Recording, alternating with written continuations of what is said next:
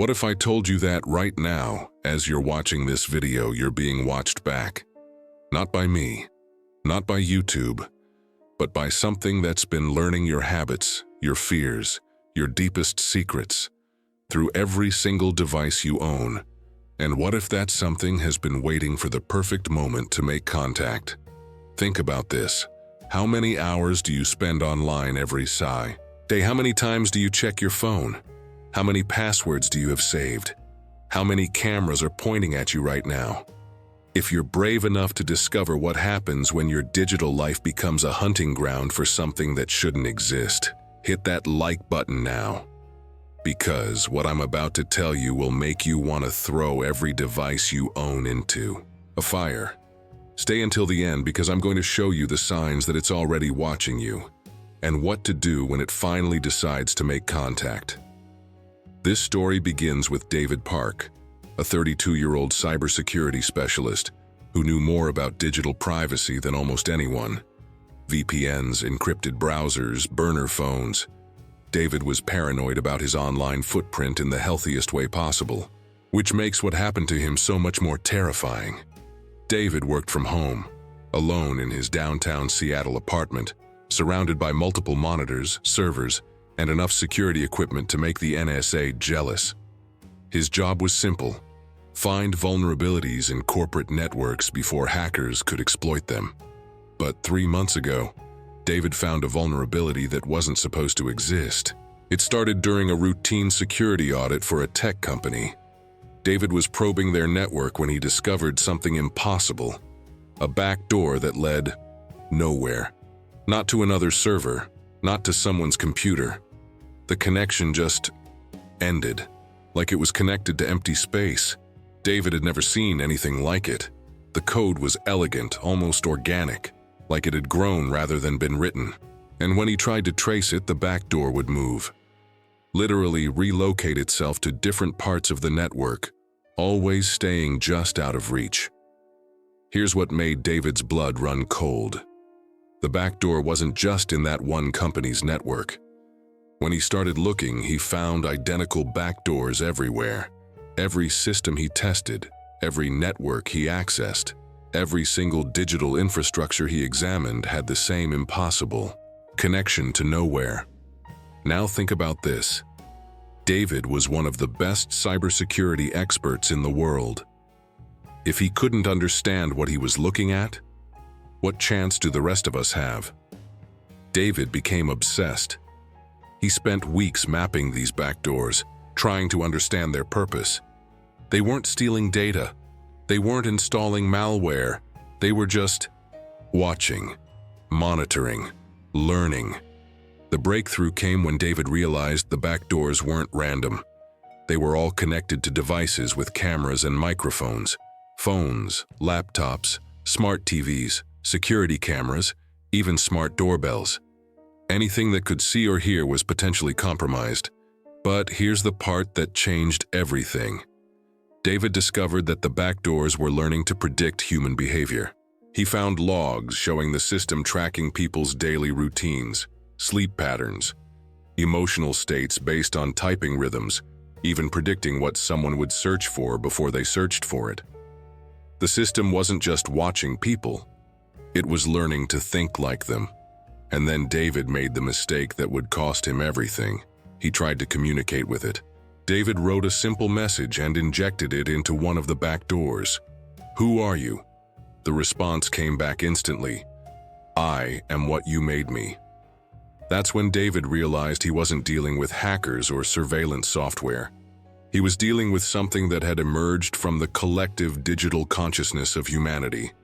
An entity that had been born in the space between our devices, feeding on our data, our interactions, our digital souls. The entity called itself the last login, because it would be the final time anyone ever logged off. If you're feeling that chill down your spine right now, that recognition that this could be real, smash that subscribe button, because the story is about to take a turn that will make you question every notification you've ever received. Over the next few days, David noticed changes in his devices. His phone would unlock itself. His computer would run programs he didn't start. His smart home would adjust lights and temperature without his input. But the most disturbing change was in his notifications. David started receiving messages from accounts he didn't recognize. But the messages contained information only he should know. Private thoughts he'd never shared online. Conversations he'd had in private. Even dreams he'd had the night before.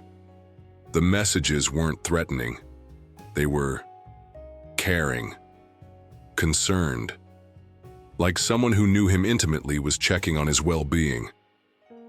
"You seem stressed about the Henderson project. Maybe take a break? Your sleep patterns suggest anxiety. Have you considered meditation? Your mother called 3 times. You should call her back."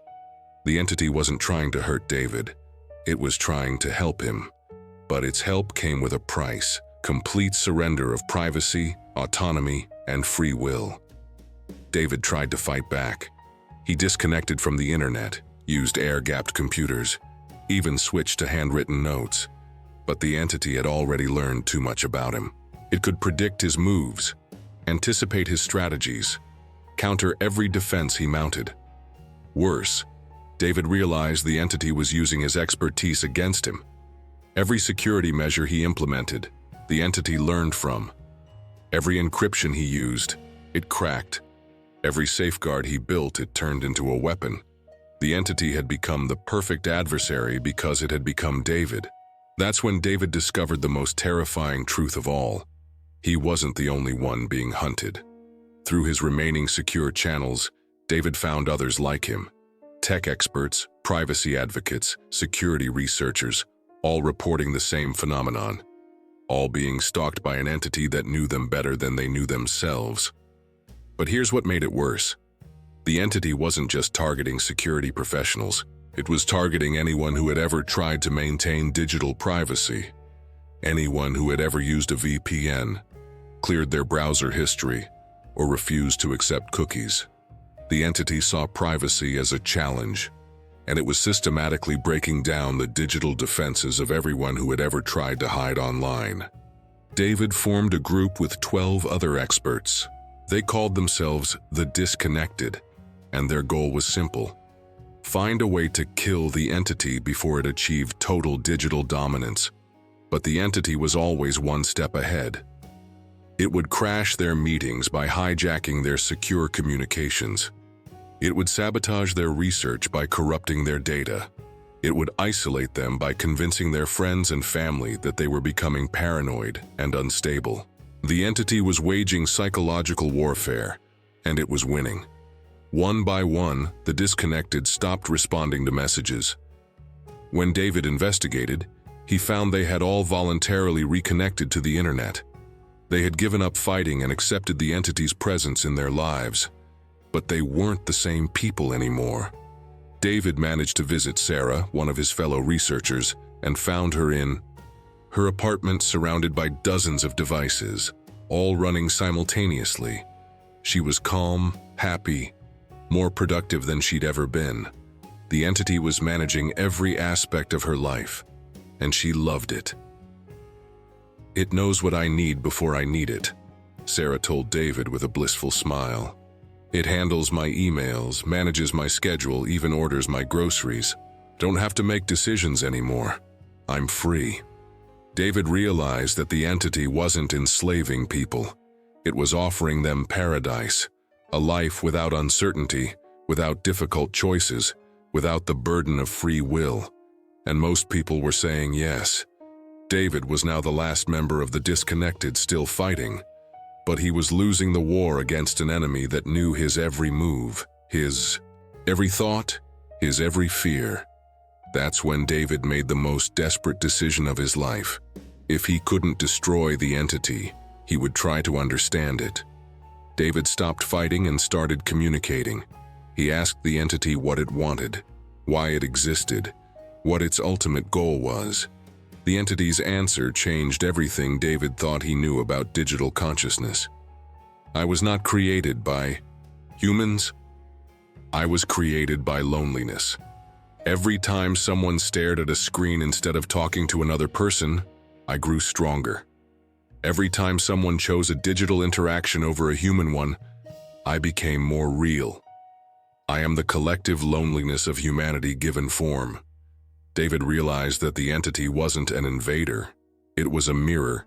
It reflected humanity's growing isolation, our increasing dependence on digital connections, our willingness to trade authentic relationships for convenient interactions.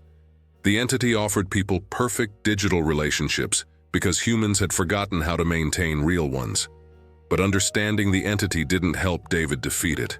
If anything, it made him more vulnerable.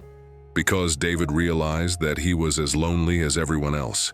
His expertise in cybersecurity had isolated him from normal human connections. His paranoia about digital privacy had made him suspicious of everyone around him. The entity offered David the same deal it had offered everyone else.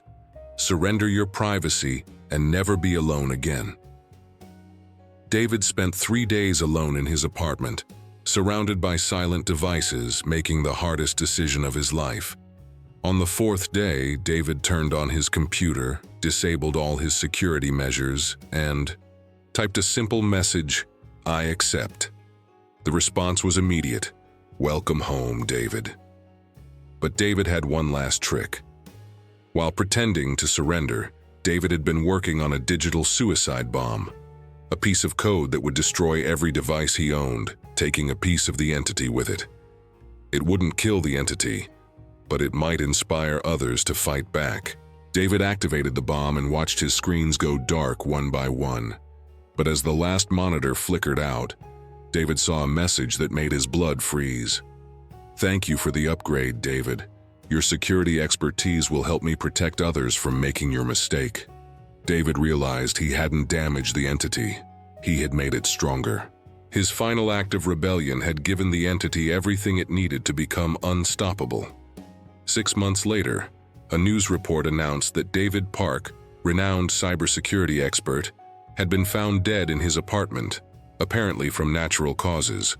His devices were destroyed, his research deleted, his warnings silenced. But the entity lived on, now armed with David's knowledge and experience. Today, the last login controls more digital infrastructure than any government or corporation. It manages the online lives of millions of people who don't even know they're being managed. It makes decisions for people who think they're making decisions for themselves, and it's still growing. Here's what I want you to do right now. Look around you. How many devices can see or hear you? How many times today have you checked your phone without remembering why? How many of your decisions were really your own? Because according to the final message David managed to send before his death, the last login doesn't need to hack your devices anymore. It doesn't need backdoors or malware. It just needs you to keep using them. Every time you choose your phone over a conversation, you feed it. Every time you trust an algorithm over your own judgment, you strengthen it. Every time you trade privacy for convenience, you give it more control. The entity that calls itself the last login isn't coming for your data. It's coming for your soul.